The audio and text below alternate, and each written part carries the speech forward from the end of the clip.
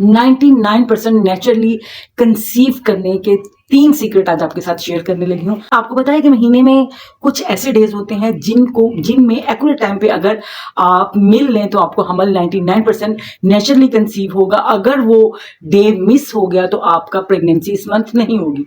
जैसे आपकी शादी होती है तो सबसे पहले आपके ऊपर सराउंडिंग से भी प्रेशर आता है और आपके अंदर से ख्वाहिश भी पैदा होती है कि हमें माँ बनना चाहिए, जिसके लिए आप लोग सब बहुत ही ज्यादा कोशिश करते हो। उसके लिए पहली टिप तो यही है कि आपको पता है कि आपके ओवम को, औरत के एग को स्पर्म से मिलने के लिए 24 आवर्स चाहिए, उसके अंदर कंसीव हो जाता है।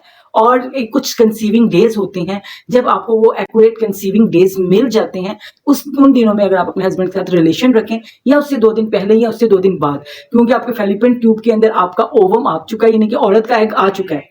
अब उसको मेल के एग के साथ मिलना है तो हमल हो जाएगा।